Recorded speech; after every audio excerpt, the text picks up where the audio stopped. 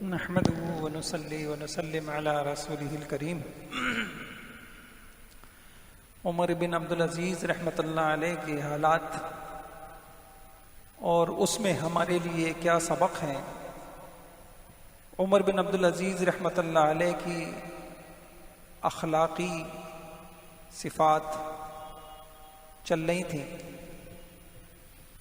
کہتے ہیں کہ عمر بن عبدالعزیز رحمۃ اللہ علیہ کی خدمت میں چند سیب پیش کیے گئے، آپ نے قبول نہیں فرمائے اور عرض کیا کہ رسول اللہ صلی اللہ علیہ وسلم تو کسی نے اشکال کیا کہ حضور صلی اللہ علیہ وسلم کی عادت تو ہدیے کو رد کرنے کی نہیں تھی، آپ ہدیہ کیوں نہیں قبول کر رہے؟ فرمایا رسول اللہ صلی اللہ علیہ وسلم کے لیے تو واقعی ہدیہ تھا مگر ہمارے لیے رشوت ہے، مجھے اس کی ضرورت نہیں. اصل میں یہ بخاری شریف میں بھی عمر بن عبدالعزیز رحمۃ اللہ علیہ کا یہی قول منقول ہے. کانت الہدیۃ فی زمن رسول اللہ صلی اللہ علیہ وسلم ہدیہ والیوم رشوہ. حضور صلی اللہ علیہ وسلم کے زمانے میں واقعی عاملین کو، حاکموں کو جو دیا جاتا تھا وہ ہوتا تھا دیا، ہمارے زمانے میں رشوت. اچھا، اس میں یہ ہے کہ عموماً تو جو وعظ اور بیان ہوتے ہیں اس میں تو ایک جذبہ بنایا جاتا ہے. دین تو ایک سمندر ہے، مثلاً مالیات کا دین، کمانے کا دین. اب کمانے کا دین آپ کو ہر قدم کے اوپر آپ کو ضرورت پڑے گی، آپ کو مسائل کی ضرورت پڑے گی. کہیں آپ کا کمائی حرام نہ ہو جائے، کہیں سود نہ ہو جائے، کہیں جوا نہ ہو جائے. لیکن اب مجبوری ہے کہ بس اوقات میں ضرورت محسوس کرتا ہوں کہ انہی بیانوں میں ہمیں مسائل بھی بتانے پڑتے ہیں، سکھانے پڑتے ہیں، کیونکہ کوئی نہیں آتا پوچھنے کے لیے. بہت دین کے طلب کی، دین سیکھنے کی بہت کمی. تو آج میں تھوڑا سا رشوت کے متعلق عرض کرتا ہوں، انشاءاللہ زندگی بھر آپ کو کام آئے گی. پہلی بات یہ ہے، رشوت کی وعیدیں ہمارے سامنے ہونی چاہیے. کتنی سخت وعیدیں ہیں کہ یہ جو قرآن کریم میں آتا ہے، اللہ تعالیٰ نے باطل طریقے سے لوگوں کا مال کھانے کو منع کیا ہے. تو علماء نے لکھا ان باطل طریقوں میں رشوت بھی شامل ہے. یہودیوں کے متعلق اللہ تعالیٰ نے فرمایا سماعون للکذب اکالون للسحت، یہ حرام کھاتے ہیں. یہاں حرام سے مراد رشوت ہے. اور ایک حدیث تو آپ نے سنی ہوگی، لعنت اللہ علی الراشی والمرتشی. رشوت دینے والے، اگرچہ لوگ اس کا ترجمہ غلط کرتے ہیں، راشی رشوت دینے والا، مرتشی رشوت لینے والا، دونوں پر اللہ تعالیٰ نے کی لعنت فرمائی. ایک حدیث میں ہے ما من قوم یظہر فیہم الرشا الا اخذوا بالرعب. جس قوم میں رشوت کی وبا عام ہو جاتی ہے، اللہ تعالیٰ اس قوم کے اندر رعب ڈال دیتے ہیں. علماء نے اس کی تشریح یہ لکھی ہے کہ رشوت لینے والا وہ پھر آنکھ اٹھا کے چل نہیں سکتا، وہ اصلاح کی کوئی بات کر نہیں سکتا، وہ کسی کو ٹوک نہیں سکتا. جب اس کو پتہ ہے کہ سب کو پتہ ہے کہ میں بھی اس عمل میں ملوث ہوں، تو وہ کیسے نظام میں بات کر سکتا ہے؟ کیسے؟ یہ تو خیر چند وعیدیں تھیں، میں عرض کرتا ہوں. اب یہاں 2-3 اصول ہیں، ہم یہ سمجھ لیں. میں اس لیے کہہ رہا ہوں کہ آپ دیکھیں نا، آپ بھی اسی معاشرے کا حصہ ہیں. بس آدمی کہاں جائے، کوئی جائز کام کروا سکتا ہے آدمی جس ادارے کے اندر چلے. اچھے نمازی کہتے ہیں جی کیا کریں، سسٹم ہے. حیرانگی ہوتی، کیا کریں جی، سسٹم ہے. آج سسٹم کہنا، کل قیامت میں جان نہیں چھوٹے گی.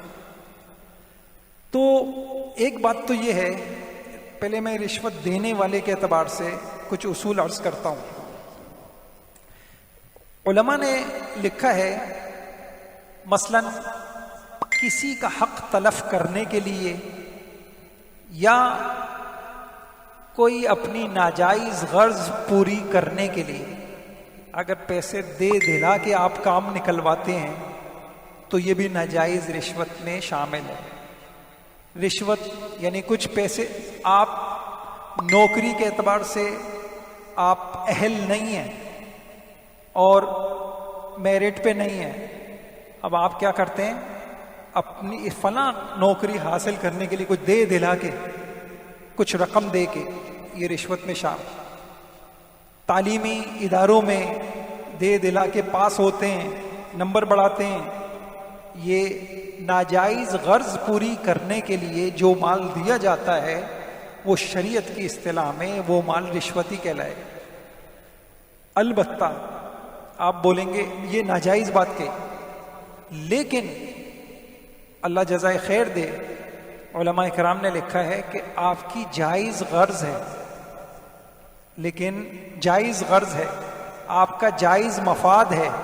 مثلا کسی چیز کے بنانے کے لیے جو قانونی کارروائی ہے وہ سارے کاغذ آپ کے پورے ہیں، لیکن جب آپ کسی ادارے میں جاتے ہیں کئی مرتبہ آپ کوشش کرتے ہیں، آپ کو اندازہ ہو گیا کہ آپ کا کام نہیں ہو رہا.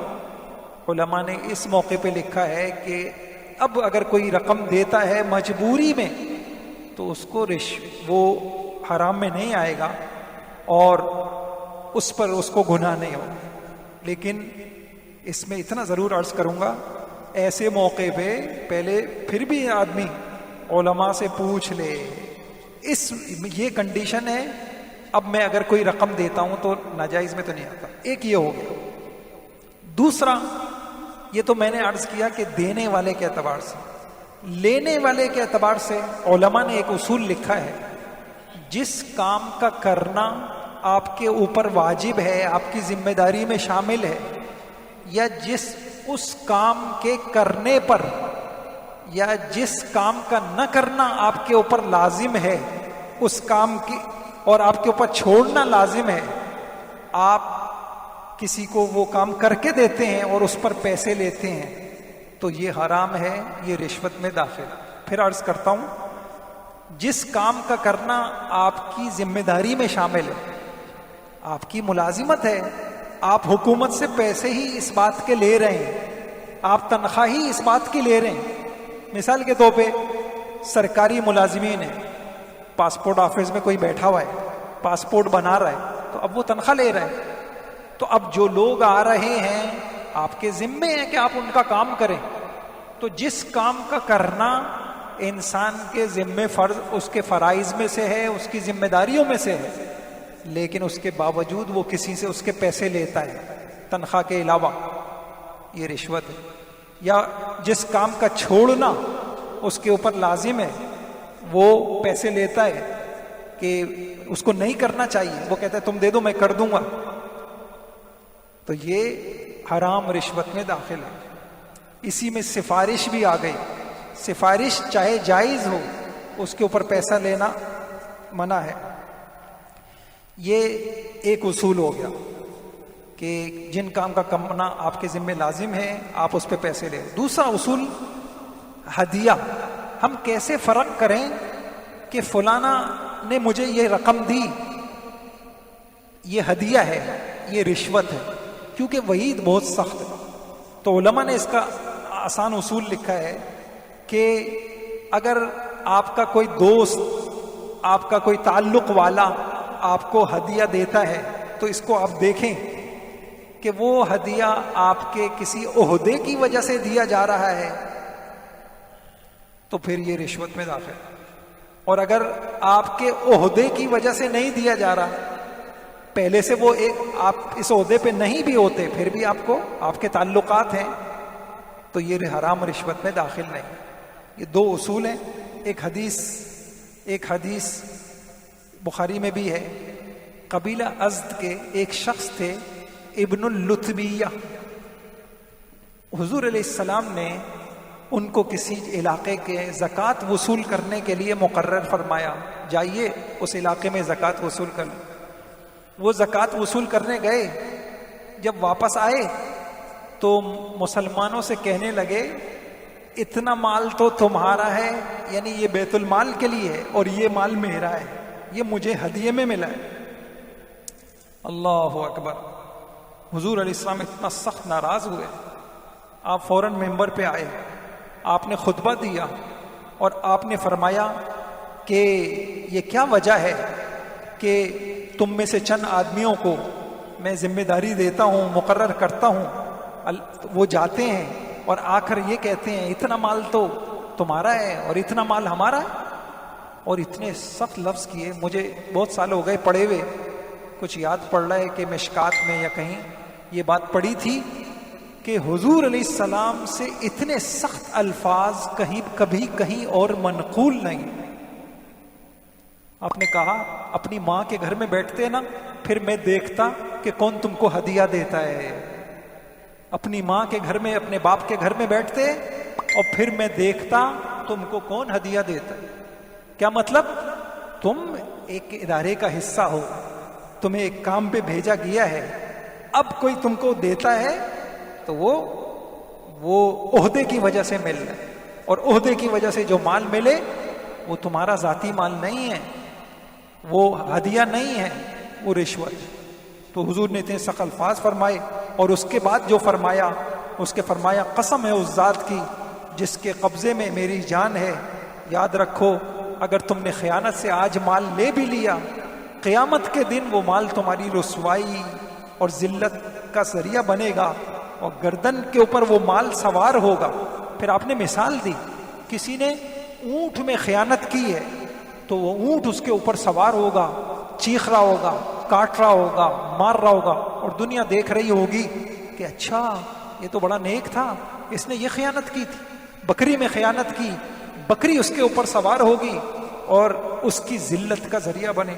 یہ فرمانے کے بعد حضور علیہ السلام کی تضرع کی دعاؤں میں ہمیں یہ ملتا ہے۔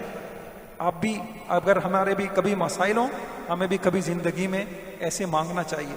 آپ علیہ السلام یوں دعا مانگتے تھے کبھی کبھی، آپ کے صحابہ کہتے ہیں پھر آپ نے یوں ہاتھ اٹھایا، ہمیں آپ کے بغل کی سفیدی نظر آئی اور آپ نے فرمایا اے اللہ گواہ رہنا میں نے بات پہنچا دی، اے اللہ میں نے لوگوں تک بات پہنچا دی، حلال حرام میں نے ان کو سمجھا۔ ایک حدیث میں ایسی زکوٰۃ کے باب میں یہ حدیث آتی ہے، حضور نے یہ فرمایا آج خیانت کر رہے ہو، کل میرے پاس آ کے نہیں کہنا جب یہ خیانت تمہیں پکڑے گی اور یہ خیانت تمہیں رسوا کرے گی اور کل قیامت میں عذاب کا ذریعہ بن، پھر میرے پاس نہیں آ۔ ہمارے پاس آخری سہارا حضور علیہ الصلوۃ والسلام کی شفاعت کا ہے۔ اللہ مجھے بھی توفیق عطا فرمائے، آپ کو بھی توفیق عطا فرمائے۔ بھائیوں، آخرت کا معاملہ ہلکا نہیں ہے، آخرت کا معاملہ ہلکا نہیں ہے کہ جی ساری دنیا کرتی ہے، ساری دنیا جہنم برداشت کر لے، میں کر سکتا ہوں، ساری دنیا آگ برداشت کر لے، ساری دنیا ذلت برداشت کر لے۔ نہیں بھائی نہیں، میں نے آپ کو کہا تھا کہ صحیح راستے پہ انسان اکیلا چلے یہ بہتر ہے اس سے کہ غلط راستے پہ ہجوم کے ساتھ چلے۔ سب نے اگر غلط راستہ اختیار کیا ہے تو میں بھی اسی راستے پہ، ایسا نہیں۔ تو اللہ تعالیٰ مجھے بھی توفیق عطا فرمائے۔ مالیات کا معاملہ بہت نازک ہے، یہ معاملات کا معاملہ ہے۔ اللہ پاک یہی تو ہے کہ انہی حراموں نے گھروں کو اجاڑ دیا۔ یہ جو مشین ہے نا، آپ بائک لیتے ہیں، گاڑی لیتے ہیں، پیٹرول اچھا ڈلواتے ہیں، بس یہ حلال مال ہماری مشین ہے۔ اگر مال حلال ہے دل میں اچھے جذبے پیدا ہوں گے، نیتیں اچھی ہوں گی، ہاں دلوں میں رقت ہوگی۔ یہ حضرت لاہوری رحمۃ اللہ علیہ فرماتے تھے، میں نے غور کیا اتنی بے دینی کیوں بڑھ گئی ہے؟ فرمایا کہ میں دیکھا کہ آدھی نصف وجہ یہ کیا ہے؟ مال حرام۔ مال حرام ہو اور پھر انسان کا دل نمازوں میں لگے، حرام مال ہو پھر انسان کے دل میں سختی نہ آئے، یہ نہیں ہو سکتا۔ تو ہم ایک اپنی چھوٹی سی مشین میں آئل صحیح ڈالتے ہیں، پیٹرول صحیح ڈالتے ہیں، یہ مشین ہے، اور اس میں اگر ہمارا یہ مال صحیح نہیں جا رہا تو بڑا معاملہ نازک۔ ایک آخری واقعہ سناتا ہوں اس موضوع سے متعلق۔ خیبر جب فتح ہوا تو خیبر کے یہودیوں سے یہ معاملہ حضور علیہ الصلوۃ والسلام نے طے کیا کہ کاش ہم مسلمان تو دین کی خدمت میں مصروف ہیں، ہمارے پاس اتنا وقت نہیں ہے کہ کھیتی باڑی کریں. تم اپنی زمینوں پہ کھیتی باڑی کرو گے، جو پیداوار ہوگی آدھے مسلمان لیں گے، آدھے تمہاری.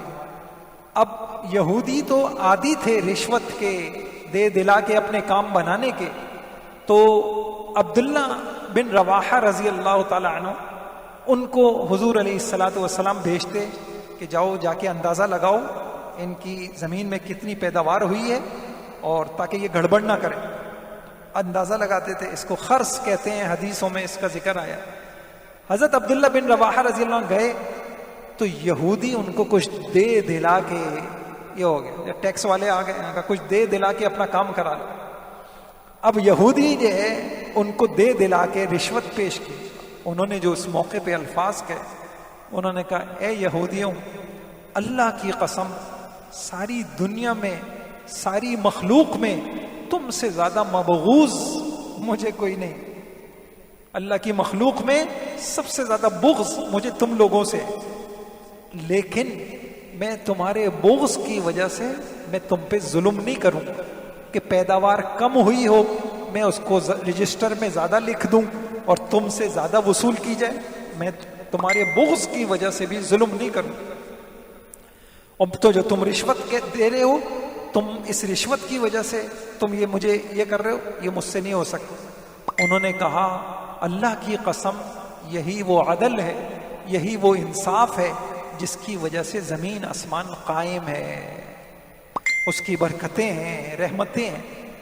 تو بھائیوں، اپنے معاملات کو اللہ مجھے بھی توفیق دے، آپ کو بھی توفیق دے، ہم اپنے معاملات صحیح کریں. ان نشستوں کا مقصد یہی ہے، کچھ جائے گا نہیں، ایک امتحان ہے، ایک امتحان ہے، ہو نہیں سکتا. میں ایک آیت ہے میں عرض کرتا ہوں، یہ آیت اگر میرے آپ کے سامنے رہے، بقیت اللہ خیر لکم ان کنتم مؤمن. عجیب آیت. یہ انسان اگر آفس ہے وہاں لکھ کے لگا لے، کاروبار کرتا ہے، دکان ہے، بڑا سا خوبصورت لکھ کے لگا لے. نبیوں کا علم ہے، کیا فرمایا؟ بقیت اللہ خیر لکم ان کنتم مؤمن. اور کیا انداز ہے، کیا کہا؟ حلال کی قلیل بچت حرام سے بہتر ہے. حضرت نے مجھے یاد پڑ رہا ہے تفسیر عثمانی میں یہ کہیں لکھا کہ سب کے حق دے دلا کر، سب کے حق دے دلا کر اب جو بچ جائے، اگر تم ایمان والے ہو یقین جانو اسی میں بہتری ہے، اسی میں خیر ہے، اسی میں تمہارا فائدہ ہے. اگر تم ایمان رکھتے ہو، تمہارے ایمان کا تقاضا ہے، ہم تم کو بتا رہے، تم اس بات پر اعتبار کرو. تو انشاءاللہ اللہ مجھے بھی توفیق عطا فرمائے، آپ کو بھی توفیق عطا فرمائے. حضرت عمر بن عبدالعزیز رحمۃ اللہ علیہ نے کہہ دیا، یہ حضور کے زمانے میں ہوتا تھا، آج ہمارے زمانے میں یہ جو حدیث ہے، اب میڈیکل کی لائن میں ڈاکٹروں کو دیا جا رہا ہے اور ڈاکٹروں کے وزٹ ہو رہے ہیں اور ان سے دوائیاں اپنی کمپنی کی لکھوائی جا رہی ہیں، لیبارٹریوں کے ٹیسٹ لکھوائے جا رہے ہیں. کیا ہو جائے گا؟ مرنا نہیں ہے، کیا ہو جائے گا؟ 4 پیسے زیادہ آ جائیں گے، کیا ہو جائے گا؟ جی ہاں، یہ 4 پیسے زیادہ آ جائیں گے، یہ عذاب بن کے گھر میں داخل ہوں گے، یہ مصیبتیں بن کے گھر میں داخل ہوں گے. ایک صفت عمر بن عبدالعزیز رحمۃ اللہ علیہ کی، دوسروں کی تکلیفوں کا احساس، بیماروں کا احساس. لکھا ہے سلیمان بن عبد الملک حج کے لیے گئے، عمر بن عبدالعزیز بھی ساتھ تھے. ایک رات مکہ مکرمہ کے قریب سواری پہ جا رہے تھے، سلیمان کو اونگ آ گئی. اتنے میں بادشاہ ہیں جی، سو رہے ہیں، اتنے میں جزامی جن کو بیماری تھی بڑی سخت، ان کچھ جزامی تھے، ان کی شور کرنے کی آواز آئی، چیخنے کی آواز آئی. سلیمان بن عبد الملک نیند سے بیدار ہو گیا ان کے چیخنے کی وجہ سے، اور غصے میں کہہ دیا ان سب جزامیوں کو جلا دو، ان جزامیوں کو جلا دو. جس شخص کو یہ حکم دیا تھا وہ بڑا پریشان ہو گیا، بادشاہ کا حکم ہے، پورا بھی کرنا ہے اور یہ ظلم بھی ہے. اتنے میں عمر بن عبدالعزیز رحمۃ اللہ علیہ سے اس کی ملاقات ہوئی. کہنے لگا ابو حفص، امیر المومنین کی طرف سے بڑا حادثہ پیش آ گیا ہے. امیر المومنین کا گزر سواری سے پر ہوا اور جزامیوں کے چیخنے چلانے کی آواز آئی اور امیر المومنین نے یہ حکم دے دیا ان سب کو جلا دو۔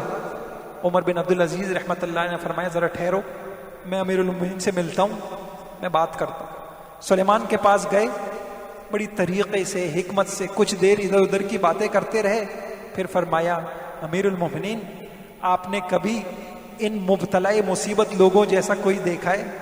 بیچارے کتنی اذیت میں ہیں، بیمار ہیں، اللہ تعالیٰ اپنی عافیت میں رکھے، کاش آپ اتنا سخت حکم نہیں دیتے، آپ یہ حکم دے دیتے ان کو یہاں سے نکال دو۔ سلیمان نے کہا آپ نے ٹھیک کہا، ان کو یہاں سے نکال دو۔ حضرت عمر لوٹے، فرمایا بھائی امیر المومنین نے یہ حکم دے دیا ہے، ان کو یہاں سے نکال دیا جائے، اور بیماروں کا احساس کیا۔ عمر بن عبدالعزیز مصر کے گورنر کو خط لکھ رہے ہیں، اور اس خط میں لکھ رہے ہیں دریائے نیل کے کنارے شجر کاری نہ کی جائے، کیونکہ اس سے ملاحوں کی کشتیوں کا لنگر کھینچنے میں دقت پیش آئے۔ کیا لوگ تھے! اللہ مجھے آپ کو بھی وہ سینہ دے دے۔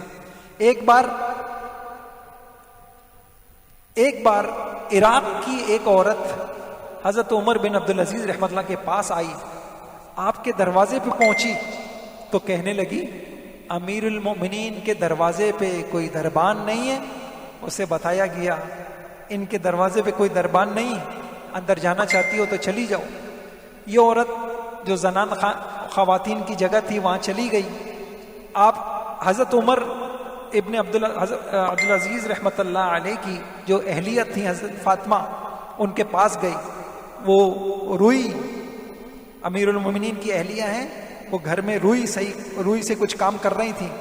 اس عورت نے سلام دعا کی، انہوں نے کہا بیٹھیے، بیٹھ گئی۔ اب سارے گھر میں نظر دوڑائی تو کہنے لگی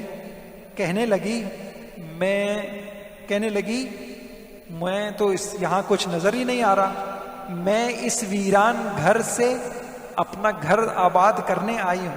میں امیر المومنین کے، ان کا اپنا گھر ویران ہے، میں اپنا گھر کیسے آباد؟ فاطمہ نے کہا تیرے جیسے لوگوں کے گھروں کو آباد کرنے نے ہی تو اس گھر کو اجاڑ دیا۔ یہ ہوتے تھے خلیفہ، دوسروں کے گھر کو آباد، تیرے جیسے لوگوں کے گھروں کو آباد کرنے کی وجہ سے تو ہمارا گھر اجڑ گیا۔ اتنے میں حضرت عمر ابن عبدالعزیز آئے اور گھر کے کنویں سے پانی ڈول سے نکالنے لگے، اور گھر میں جو مٹی پڑی ہوئی تھی اس کے اوپر ڈالنے لگے، اور بار بار ان کی نگاہ اپنی بیوی پہ پڑ رہی تھی۔ وہ اجنبی عورت کہنے لگی حضرت ان سے، یہ مٹی بنانے والے مزدور سے پردہ کر لو، یہ آپ کی طرف دیکھ رہا ہے۔ انہوں نے کہا اللہ کی بندی، یہ مزدور نہیں ہے، یہ امیر المومنین عمر بن عبدالعزیز ہیں۔ حضرت عمر جب اپنے کام سے فارغ ہوئے، اہلیہ کی حضرت ان کے پاس آئے، سلام کیا، اپنی جا نماز کی طرف گئے، نماز پڑھی۔ پھر فاطمہ، یعنی بڑوں کی عجیب زندگی ملتی ہے۔ مجھے ایک روایت ہے کہ گھر سے نکلتے ہوئے جو گھر میں 2 رکعت 4 رکعت پڑھ لے گا، گھر کے باہر کے فتنوں سے محفوظ، اور گھر میں آتے ہی نماز پڑھ لے گا، گھر کے شر سے محفوظ۔ اپنے گھروں کو قبرستان مت بناؤ۔ اللہ ہمیں توفیق دے، ہمارے گھروں میں سنت نوافل اس کی عادت ہونی چاہیے۔ بہرحال نماز پڑھی، پھر اس عورت کا حال دریافت کیا، اس نے بتایا، آپ نے اپنا توشہ دان اٹھایا، اس میں سے کچھ انگور چن چن کے اس خاتون کو دیے، پھر فرمایا تم کس ضرورت سے آئیں؟ اس نے بتایا میں عراق سے آئی ہوں، اور 5 بے کس بے سہارا لڑکیاں ہیں، وہ آپ سے آپ ان کے اوپر رحم کریں، آپ کی شفقت میں وہاں تلا۔ آپ نے جب یہ لفظ سنا بے کس بے سہارا، بار بار اس لفظ کو دہرانے لگے اور رونے لگے۔ آپ نے یہ لفظ سنا بے کس بے سہارا، بار بار اس لفظ کو دہرانے لگے اور رونے لگے۔ اللہ مجھے بھی توفیق دے۔ دل کی رقت، دل کی نرمی اللہ کے انعاموں میں سے بہت بڑا انعام ہے۔ بدنصیب ہے وہ آنکھیں جن کو رونا نہیں آتا، جو آنکھیں خشک ہو جائیں۔ اگر آپ دیکھیں گے اللہ والوں کو دل کے بڑے نرم ہوتے، تو اس بات سے رونے لگے، کاغذ اٹھایا، قلم اٹھایا، والی عراق کے نام آپ نے خط لکھا. عورت سے کہا اچھا بتاؤ بڑی لڑکی کا نام بتاؤ. اس نے نام بتایا, اس کا وظیفہ مقرر کر دیا. پھر عورت نے کہا الحمدللہ. پھر کہا دوسری بیٹی کا نام بتاؤ. اس نے نام بتایا, وظیفہ لکھ دیا. تیسری کا نام بتاؤ, نام بتایا, وظیفہ. چوتھی کا کہا اچھا وہ بار بار الحمدللہ الحمدللہ کہتی جا رہی. اور جب چوتھی لڑکی کا وظیفہ ہوا تو بے قرار ہو گئی, خوش ہو گئی, اور آپ عمر بن عبدالعزیز رحمت اللہ علیہ کو دعائیں دینے لگی, جزاک اللہ. اور کیا کہا؟ جزاک اللہ. اس پر آپ نے اپنا ہاتھ روک لیا. اللہ اکبر. دیکھیں میں نے عرض کیا نا, اللہ والوں کی دل کی دنیا ہی الگ ہوتی ہے, ان کی سوچ تک ساری دنیا والے نہیں پہنچ سکتے. ہم بہت چھوٹے ہیں, اللہ والوں کو جو دل دیتے ہیں وہ دل بڑا خوبصورت, اللہ والوں کو جو فہم ملتی ہے وہ بہت خوبصورت. اچھا کیا ہوا؟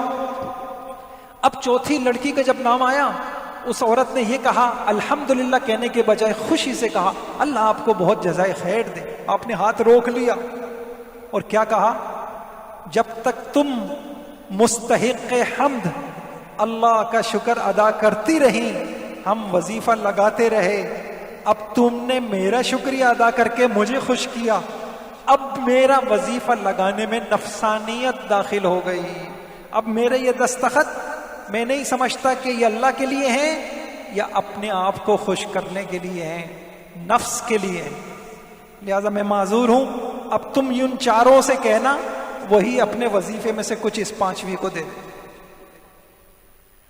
کیا ہمیں بھی کبھی یہ خیال آتا ہے کہ میں یہ جو کام کر رہا ہوں اللہ کے لیے ہے یا نفس کے لیے؟ یہ خیال آنا بھی میرے بھائیوں ہدایت کے نشانے ہیں. یہ خیال آنا بھی اللہ والوں کو آتا ہے خیال. ہر وقت کانپتے رہتے ہیں, کہیں میرے اس عمل میں نفسانیت, میرے اس بیان میں نفسانیت تو نہیں ہے, میرے اس عمل میں, میری دعوت میں. ہم تو ایک عجیب معاشرے میں جی رہے ہیں. یہاں تو اگر کوئی کسی کے سامنے مسکراتا بھی ہے, اس مسکرانے کے پیچھے بھی اس کے اپنے مفاد ہوتے ہیں. یہاں تو کسی کی کوئی دعوت بھی کرتا ہے, اس دعوت کے پیچھے بھی مفاد ہوتے. بھائیوں مرنے سے پہلے اپنے عمل کو صحیح کرنا ہے, اس نفسانیت سے نکلیں. یہ سب سے زیادہ خطرناک یہ نفسانیت. یہ ہمارے یہ نفس اگر اس کی تربیت نہیں کرائی کسی اللہ والوں سے, میرے بھائیوں یہ نہ نمازیں چھوڑتا ہے, یہ نہ عبادتیں چھوڑتا ہے, یہ اس کے اندر بھی. پھر کل قیامت میں وہ رب علیم خبیر ہے جو دلوں کے بھیدوں کو جانتا ہے, وہ الگ کر کے رکھ دے گا. وہ کہے گا شرک کو پسند نہیں کرتا, خالص لے آؤ, خالص لے آؤ جو میرے لیے. اس لیے علماء نے لکھا ہے انما یتقبل اللہ من المتقین. یہ آیت تعزیانہ ہے اللہ سے ڈرنے والوں کے لیے. اللہ کہہ رہے ہیں سب کی نہیں قبول کرتا, تقوی والوں کی قبول, ڈرنے والوں کی قبول کرتا ہوں. تو حضرت عمر کہنے لگے اب یہ وہ نفسانیت آ گئی ہے, اب میں نہیں کہوں گا, چاروں سے کہنا مل کے پانچویں کو کچھ دے دیں. عورت یہ تحریر لے کے عراق پہنچی, والی عراق کے سامنے خط پیش کیا. اس نے خط پڑھا تو روتے روتے ہچکی بن گئی. تھوڑا سا سنبھلا تو کہنے لگا اللہ تعالیٰ اس خط والے پر رحم فرمائے. عورت بولی کیا ہوا, کیا ان کا انتقال ہو گیا؟ اس نے کہا جی عمر کا انتقال ہو گیا. یہ سن کر زندگی کی ستائی بھی ایک امید ملی تھی, اس کی چیخیں نکل گئیں, اس کی چیخیں نکل گئیں. واپسی کا ارادہ کیا. والی عراق نے کہا ٹھہرو, فکر کی بات نہیں ہے, میں کسی معاملے میں ان کی تحریر کو رد نہیں کر سکتا. اور پھر اس لڑکی کی جو ہے وظیفہ مقرر کر دیا.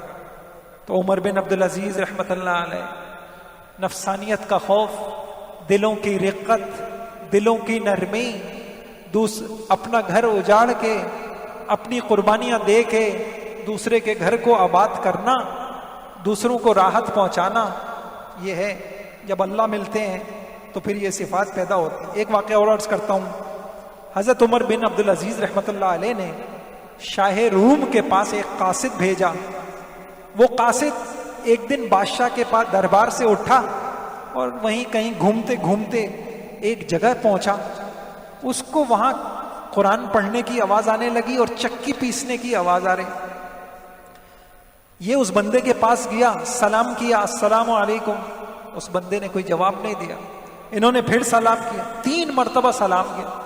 بالآخر اس نے کہا اس شہر میں سلام کیسا, یہ تو کافروں کی جگہ ہے, یہاں تو کوئی سلام کو جانتا نہیں.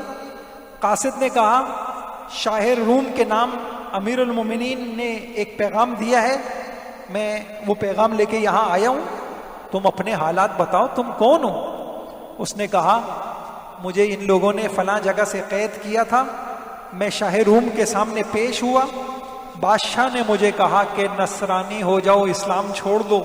میں نے انکار کر دیا. بادشاہ نے دھمکی دی اگر تم اسلام نہیں چھوڑو گے ہم تمہیں اندھا کر دیں گے. میں نے کہا میں نے آنکھوں کی قربانی دے دی, دین کو بچا لیا. میں نے آنکھوں کی قربانی دے دی, دین کو بچا لیا. بس اللہ مجھے آپ کو توفیق دے ہم اپنی خواہش کی قربانی دیکھ کے بھی اپنا ایمان بچا لیں. ہم کہتے ہیں خواہش بھی نہ جائے, ایمان بھی آ جائے, جنت بھی آ جائے, اللہ کی رضا بھی مل جائے. ترجیحات لازم ہے, یہ امتحان چلتا رہے گا, یہ امتحان موت تک چلتا رہے گا.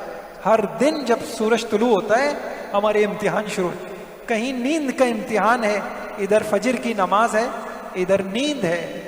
ابھی ایک امتحان دیکھ, کتنی امت ہے جو اس امتحان میں پاس ہو. ہماری اولادیں اس امتحان میں پاس, ہمیں یہ بڑا غم ہے.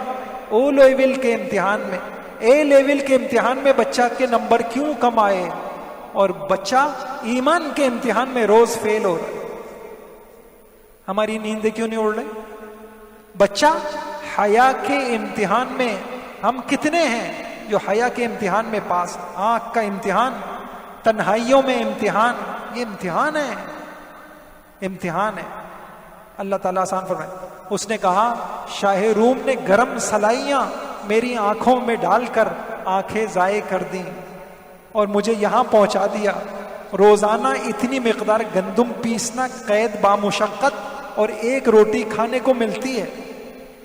وہ قاصد حضرت عمر کے پاس آیا, اس نے جب یہ قصہ بیان کیا حضرت عمر کی آنکھوں سے آنسو, اس کا چشمہ ابل پڑا, جس سے وہ سارا ان کا یہ جسم تر ہو گیا. اللہ, میں نے کہیں پڑھا تھا شکست خوردہ قوموں کی علامتوں میں سے ایک علامت یہ ہوتی ہے ان کے دل مظلوموں کے لیے نرم نہیں ہوتے, ظالموں کے لیے نرم ہوتے.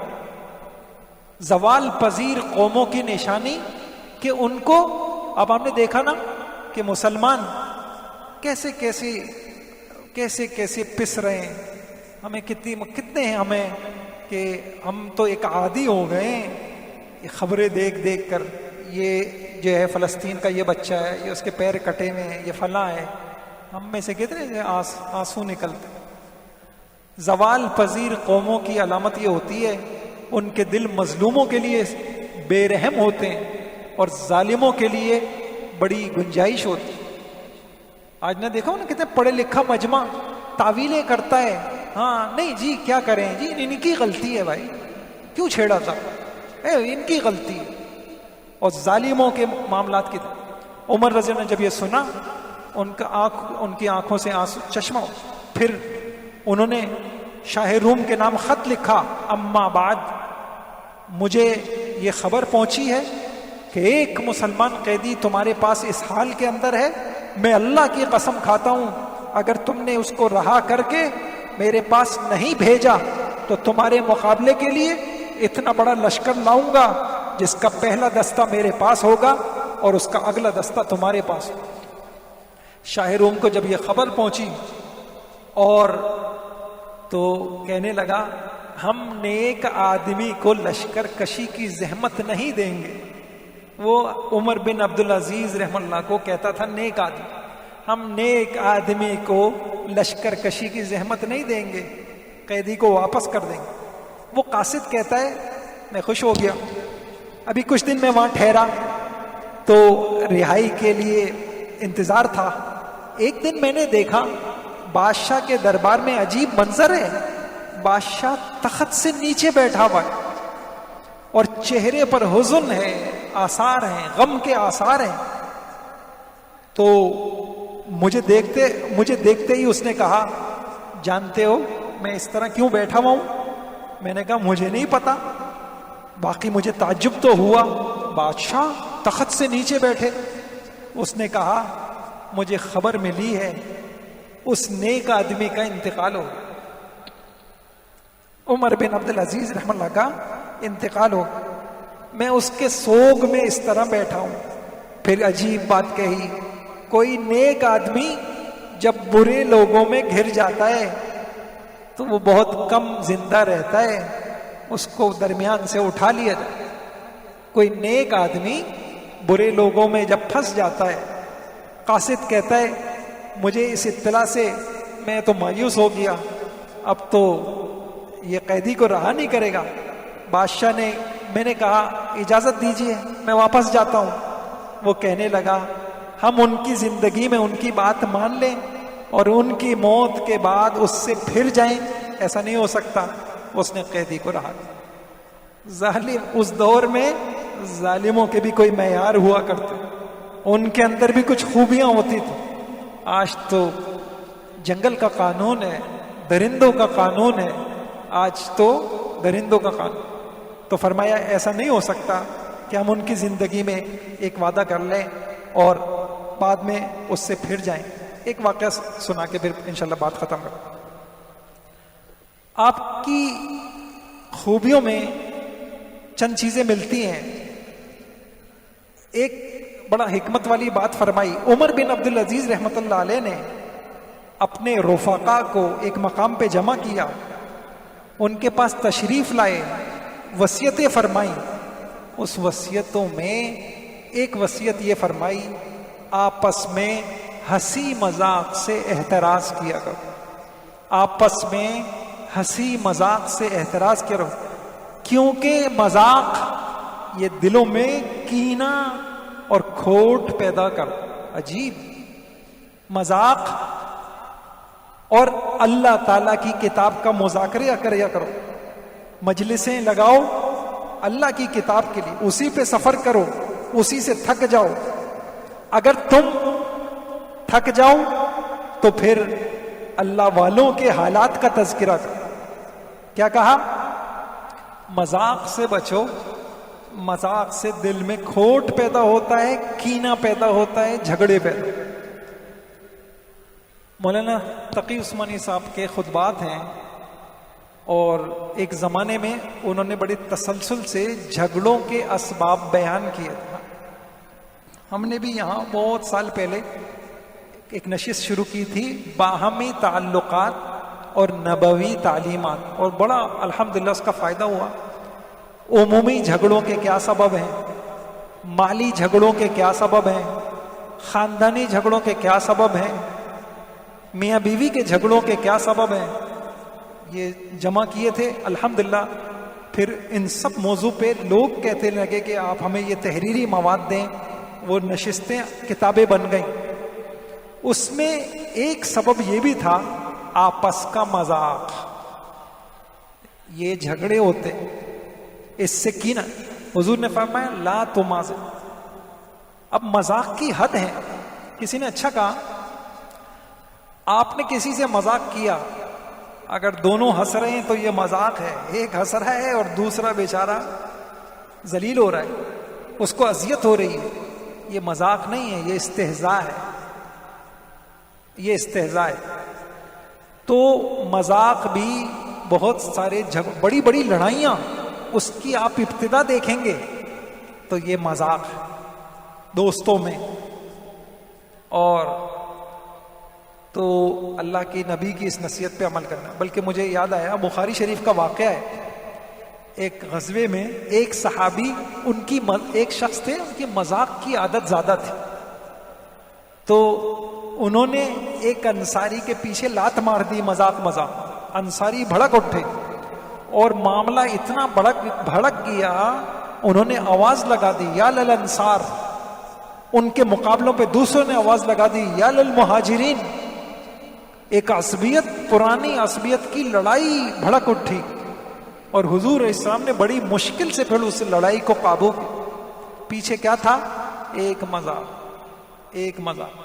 جو لوگ جماعتوں میں جاتے ہیں ان کو اندازہ ہوگا، جب جماعت میں جاتے ہیں شروع میں سب اجنبی ہوتے ہیں اور سب بڑا سلیقے کے ساتھ رہ رہے ہوتے ہیں، آہستہ آہستہ پھر وہ اپنائیت شروع ہوتی ہے، پھر مذاق شروع ہوتا ہے اور پھر لڑائیاں شروع ہوتی ہیں. گھریلو زندگی ہو، اداری کی زندگی ہو، تو اس کا اہتمام کہ مذاق کی بھی حدود ہیں اور اس کو پہچاننا، مذاق کب مذاق ہے اور مذاق کب استہزاء ہے، کون سا مذاق جائز ہے اور کون سا مذاق حرام ہے. اللہ تعالیٰ مجھے بھی عمل کی توفیق عطا فرمائے. سبحان اللہ بحمدہ، سبحان اللہ العظیم، سبحان ربی العلی العلی الوہاب. اللہم صلی وسلم علی نبینا محمد وآلہ کما لا نہایت لکمالک وعدد کمالی. اے اللہ ہم سب کی خطاؤں لغزشوں کو معاف فرما، دنیا کی بے رغبتی نصیب فرما، فکر آخرت نصیب فرما، حرام کے لقمے سے اللہ ہم سب کی حفاظت فرما. اے اللہ ہم سب کو تقوی نصیب فرما. اے اللہ خوف خدا نصیب فرما. ہم سب کو حلال نصیب فرما، بابرکت رزق نصیب فرما، آسان رزق نصیب فرما. اے اللہ حرام کے ہر لقمے سے ہماری نسلوں کی اللہ حفاظت فرما. اے اللہ بیماروں کو شفا عطا فرما، جو پریشان ہیں پریشانی کو دور فرما. ہمارے والدین، رشتہ دار، عزیز، اقارب، محسنین جو اس دنیا سے چلے گئے ان کی مغفرت فرما. رب ارحمہما کما ربیانی صغیرا. وصلی اللہ تعالی علی خیر خلق محمد وعلیہ وسلم برحمتک یا ارحم.